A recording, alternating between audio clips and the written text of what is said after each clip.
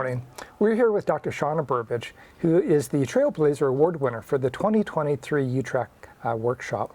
And Dr. Burbidge, we'd like to award you with this plaque. Thank you. Thank you for all of your years of service to UDOT and to UDOT research and transportation research in general. Thank you so much. Thanks for coming in this morning. Just to begin, as an opportunity for people to get to know you a little bit better, will you tell us a little bit about yourself? Where did you go to school? What did you study?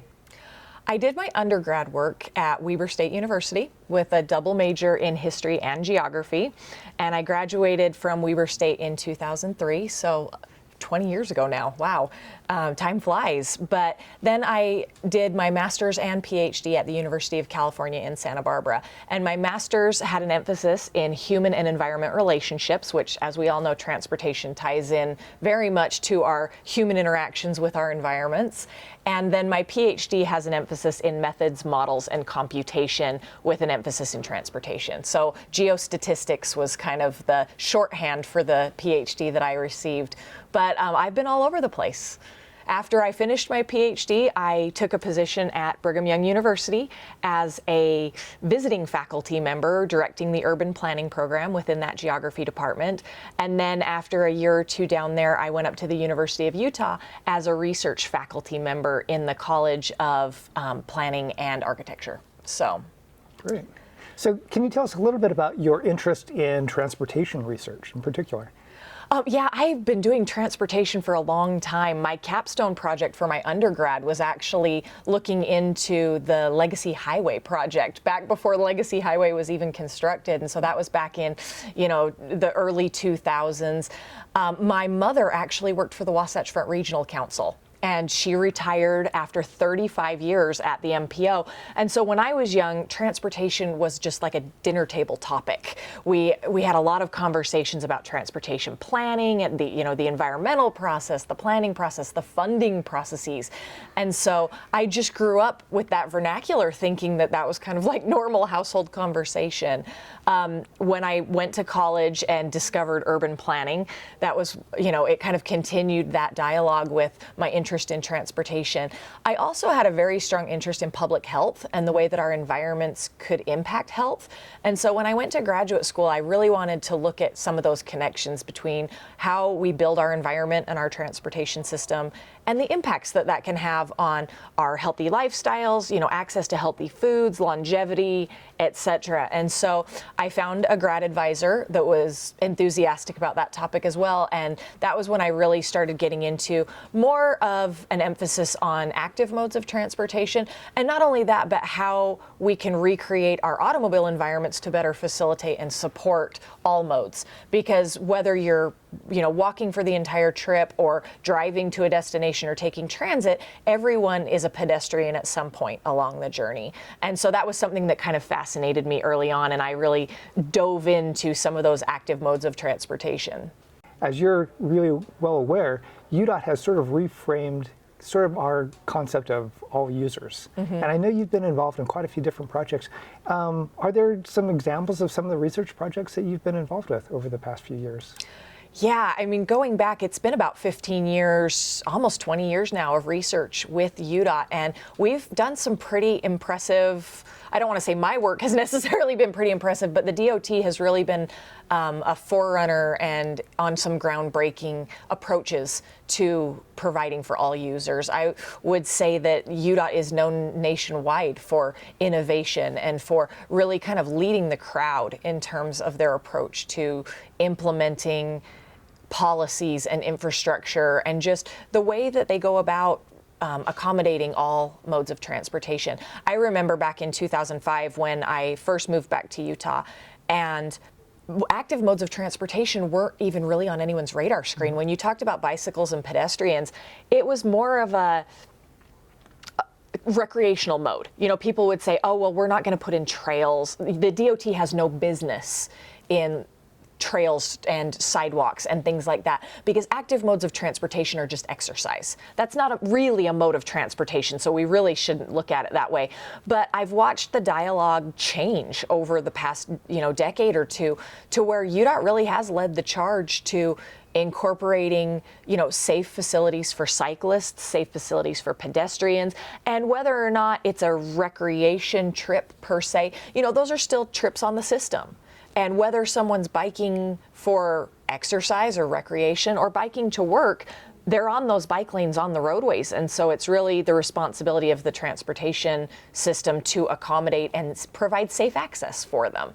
And so I would say some of the projects that I've been able to work on, we've done a lot with intersection safety for cyclists and pedestrians. We've looked into vulnerable road users across the board. We've done studies looking at near miss crashes. That was actually one of my favorite projects that we've worked on, was we put up video cameras at the intersections and monitored people crossing the street to see how many near miss crashes were occurring, with vehicles turning right when a pedestrian was in the crosswalk, or pedestrians crossing against the signal, and some of those near miss crashes that we never pick up because if there's not a crash, we don't see a crash report.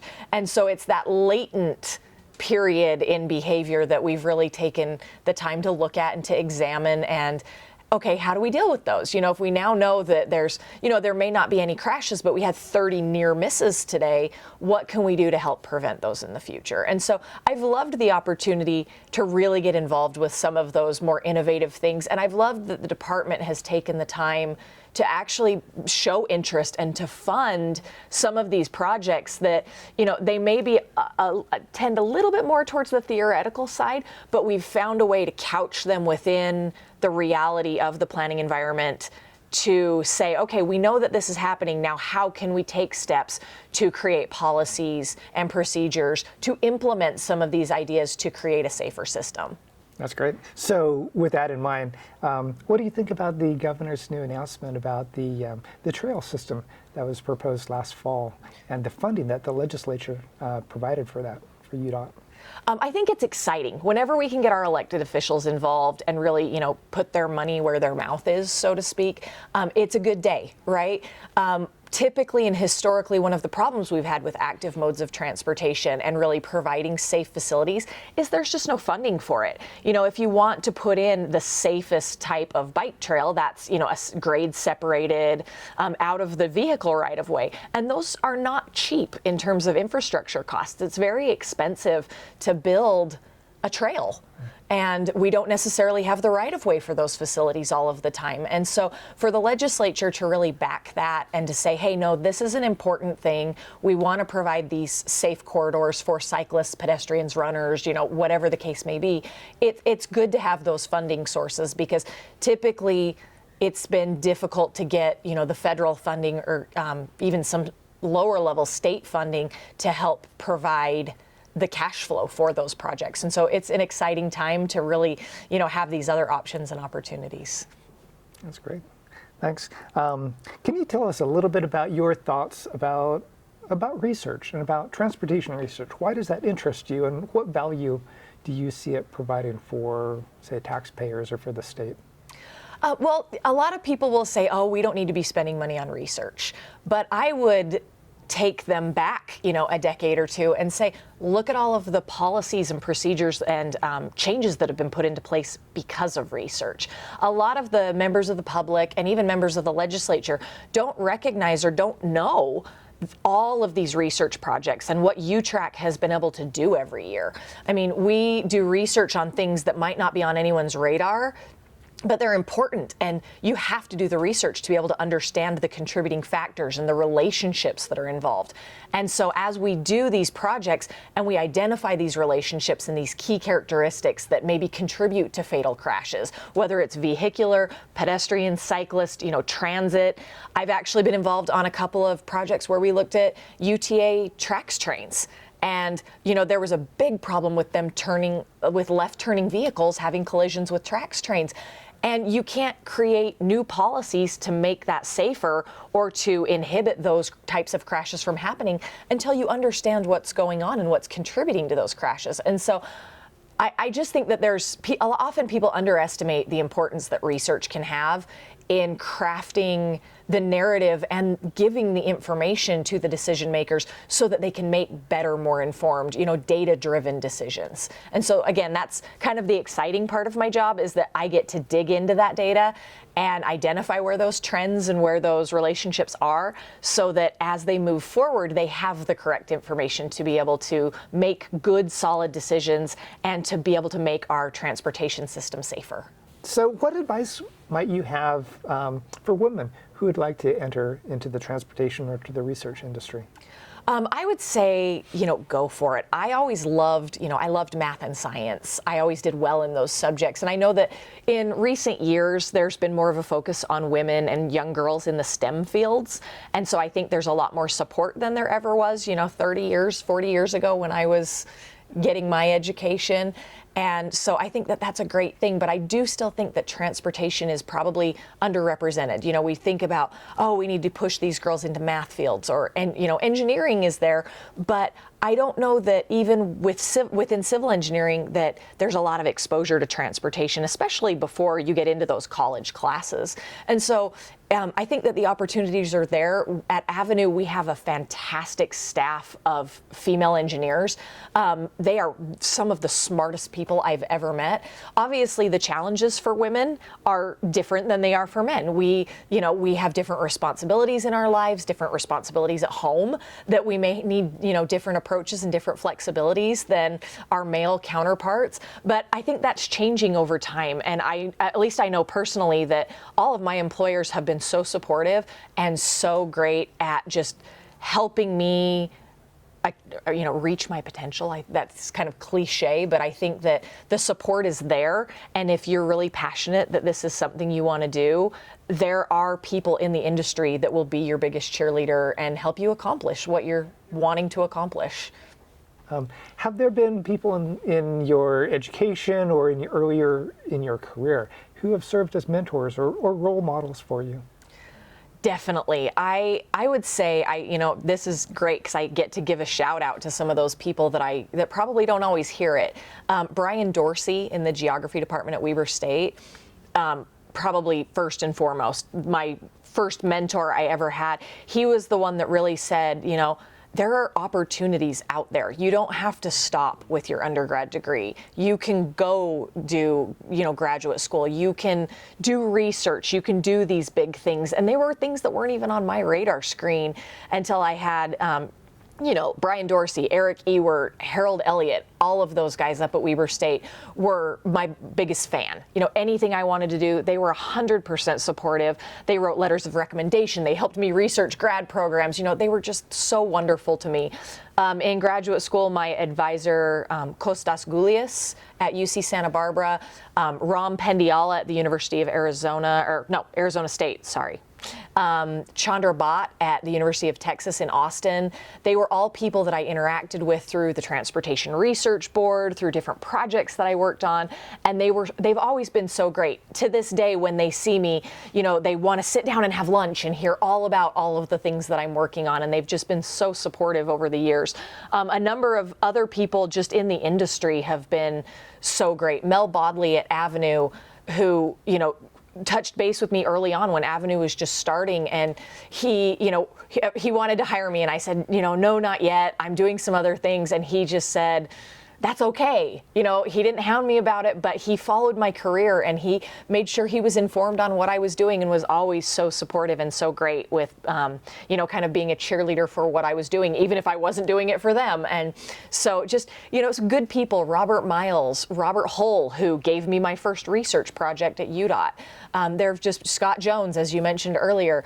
There have been some really solid people that have just been so great, so supportive, and have always, been a listening ear, been a sounding board when I've had crazy research ideas and I wanted to bounce ideas off of people. The people at UDOT have been so good. Cameron in research has been more than a listening ear over the years when I've said, hey, I don't really like this. Can we change it? And he hasn't shut me down. He's, listened to my ideas, and some of them have been incorporated. So it's been a really great environment, and I've always had good people around me. That's fantastic. Okay, thanks. Hey, one last question. What kind of advice might you have for somebody else who's just entering their career in the research field? Be patient is probably my biggest piece of advice. You know, especially when you come out of grad school, you tend to be a bit idealistic and very motivated, and you want to conquer the world immediately. And I think we were all like that when we were young. I think, you know, unfortunately, we get a little bit more grounded in reality and a little more jaded over time. But I would just say, you know, be patient, take the opportunities that come to you, even if it's a smaller piece of research. You know, even if you're a sub or you're helping someone else with research. You know, be patient, take whatever you can get, really ground yourself in the process. There will be times where you want to find significance in your research and it doesn't come. And one thing that my advisor told me early on that I've kind of carried with me through my career is a lack of significance is still significant. Because even if we don't find that, you know, everybody wants to find that one huge factor that's like, oh, now we know that this is the major contributing factor to all crashes, and if we just solve that, you know, roads will be safe, we'll find 0 fatalities and, you know, world peace, whatever. But I think that, you know, just drilling away one project at a time, because I've found that even in some of my projects that weren't quite as groundbreaking, or, you know, they didn't have the lights show and the fireworks that went along with them, those are the projects that we continue to go back to the results and just say, hey, you know, we teased out these smaller relationships that we didn't know about before, and over 15 years, we were able to build on those to the knowledge that we have now. And so don't be discouraged if you're not coming away with these groundbreaking findings. Just be patient and realize that, you know, the sum is greater than the parts. You have to kind of build upon things over time. Are there any other statements that you want to make? Is there anything else that you'd like to share? Just thank you for letting me be involved. You know, sometimes people, when I tell them what I do for a living, it's, transportation research. You know, that sounds about as interesting as watching paint dry. But it's something that I'm really passionate about. You know, it sounds silly, but it's really fun to be able to take the data and crunch the numbers and identify things that are happening in real life. You know, I mean, we're not dealing in the theoretical realm of, you know, wouldn't it be nice if we could solve all of the world's problems? That would be great. But I love the fact that some of the research that I've done and some of the findings that we've made have changed internal UDOT policies, so that then when that next intersection is restriped, you know, things are done a little bit differently, and we are reducing fatalities. I mean, I can't think of anything greater than knowing that the roads might be a little bit safer today than they were 5 years ago because of some of the work that I've done. And so that's just, thank you for letting me be involved and to be able to contribute in my little piece of the world. And thank you for all the work you've done.